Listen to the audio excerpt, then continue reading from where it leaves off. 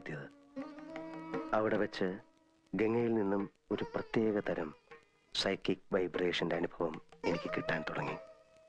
വേദനയോടെ ഞാൻ മനസ്സിലാക്കി, ഞാൻ അന്വേഷിച്ച് നടക്കുന്ന മാടമ്പിള്ളിയിലെ യഥാർത്ഥ മനോരോഗി എന്റെ അടുത്ത് നിൽക്കുന്ന ഗംഗയാണെന്ന്. ഗംഗയിൽ എന്തുകൊണ്ട്, എവിടെ വെച്ച്, എങ്ങനെ ഈ രോഗം ഉടലെടുത്തു?